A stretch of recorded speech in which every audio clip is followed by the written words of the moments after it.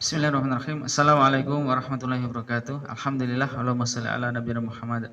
Teman ngaji yang dirahmati Allah Subhanahu wa taala. Ya, ada apa dengan waktu duha? Sampai-sampai Allah Subhanahu wa taala berfirman dan bersumpah demi waktu duha. Bahkan menjadikan salah satu nama surat di dalam Al-Qur'an, yakni surat ke-93, surat An-Duha. A'udzubillahi minasyaitonirrajim. Bismillahirrahmanirrahim. Wad-duha wal laili idza sanja ma wadda'aka rabbuka wa ma qala. Demi waktu duha dan demi waktu malam yang telah sunyi, maka Rabbmu tidak meninggalkanmu dan tidak pula benci kepadamu.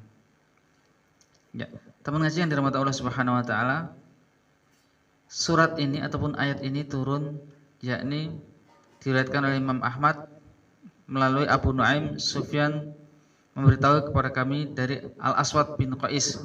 Dia berkata bahwa pernah mendengar Jundub berkata bahwasanya Nabi sallallahu alaihi wasallam pernah bersedih hati. Di riwayat yang lain dikatakan Nabi sallallahu alaihi wasallam sedang gerah atau sedang sakit, maka tidak bangun 1 atau 2 malam. Kemudian datanglah seorang perempuan yang bernama Ummu Jamil binti Harb. Ini adalah saudarinya Abu Sufyan bin Harb dan merupakan istri dari Abu Lahab. Kita tahu ya, Abu Lahab adalah salah satu orang kafir di antara orang-orang kafir yang membenci Rasulullah SAW. Begitu juga istrinya ini. Karena tidak turun wahyu beberapa hari, maka sang perempuan ini, istrinya Abu Lahab ini pun berkata dengan sindiran yang sangat pedas dan mengatakan, "Wahai Muhammad, aku tidak melihat setanmu, melainkan dia telah meninggalkanmu." Karena biasanya setiap Nabi mendapatkan wahyu, kemudian dikabarkan kepada sahabat-sahabatnya. Nah, beberapa malam itu atau beberapa hari itu tidak juga turun wahyu, sehingga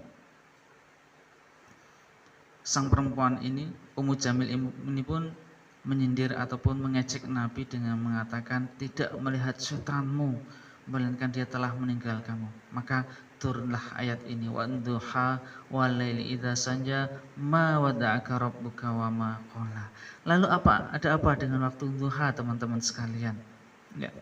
Waktu duha di antara keutamaannya, sebelumnya awal berbicara dengan waktu wadduha ini para mufassirin terjadi perbedaan pendapat. Ya.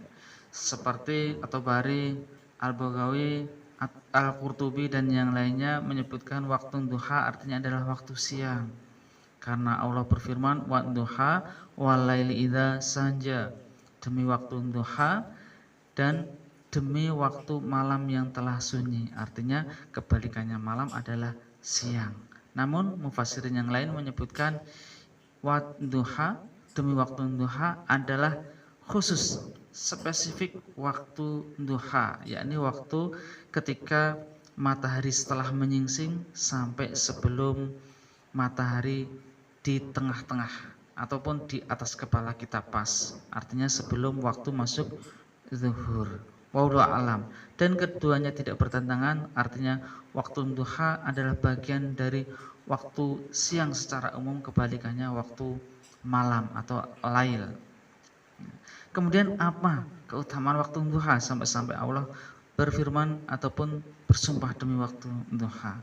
Maka di dalam hadis riwayat Ibnu Khuzaimah dan Al-Hakim yang disahihkan oleh Syekh Nasruddin Al-Albani rahimahullah menyebutkan bahwasanya Rasulullah SAW bersabda, la yuhafidhu ala sholatid duha illa awamun.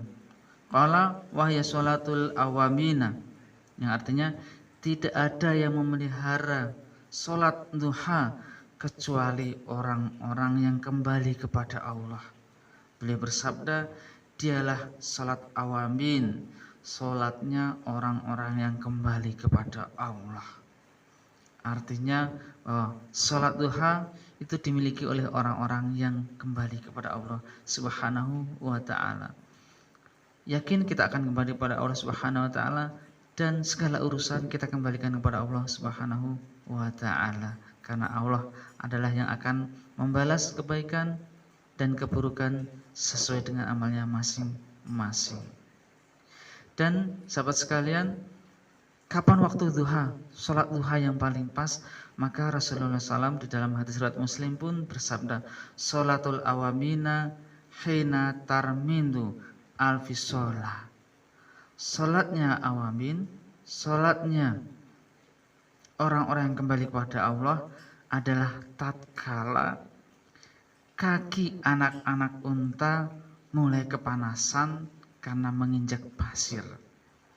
Nah, kira-kira ketika anak-anak unta ataupun hewan-hewan peliharaan ketika digembalakan sudah mulai panas dan ingin balik, ingin berteduh, maka itulah waktu yang paling utama.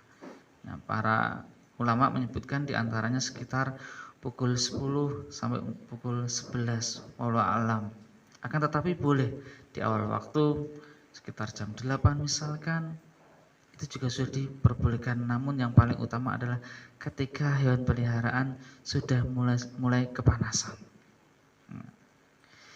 Dan teman-teman, hari ini sudah sholat duha? Insya Allah ya. Oke, kita lanjutkan. Kemudian waktu duha adalah termasuk waktu pagi. Dan waktu pagi kita bersama sudah mengetahui ada hadis yang diriwayatkan oleh Bukhari dan Muslim yang menyebutkan, yang artinya kurang lebihnya, setiap datang waktu pagi yang dialami para hamba adalah ada 2 malaikat yang turun. Yang satu berdoa, ya Allah, berikanlah ganti bagi orang-orang yang berinfak atau yang bersedekah. Kemudian satu malaikat yang lainnya pun berdoa, ya Allah, berikanlah kehancuran bagi orang-orang yang kikir. Artinya begitu indah dan hebatnya waktu duha ini, begitu waktu yang sangat istimewa di waktu pagi hari ini adalah berinfak dan melaksanakan sholat duha. Dan kita ketahui bersama ya teman-teman sekalian, sholat duha minimal 2 rakaat, 4 rakaat sampai 12 rakaat, dan tentu saja dengan 2 rakaat salam, 2 rakaat salam ya. Seperti itu. Semoga Allah memberikan kepada kita kemampuan istiqomah untuk sholat duha. Kemudian Allah melanjutkan firman-Nya, walaili idza saja, dan demi malam apabila telah sunyi. Yakni telah menjadi tenang di waktu malam hari. Dan kita ketahui bersama ya bahwasanya malam hari banyak keutamaan-keutamaan, diantaranya adalah di sepertiga malam terakhir. Kita ketahui bersama keutamaannya, yakni Allah turun ke langit dunia. Siapa yang berdoa maka Allah akan kabulkan, siapa yang meminta Allah akan berikan, dan siapa yang minta ampun maka Allah akan ampuni ya. Kemudian ma wada'aka rabbuka wa ma qala, Rabbmu tidak meninggalkanmu dan tidak pula benci kepadamu.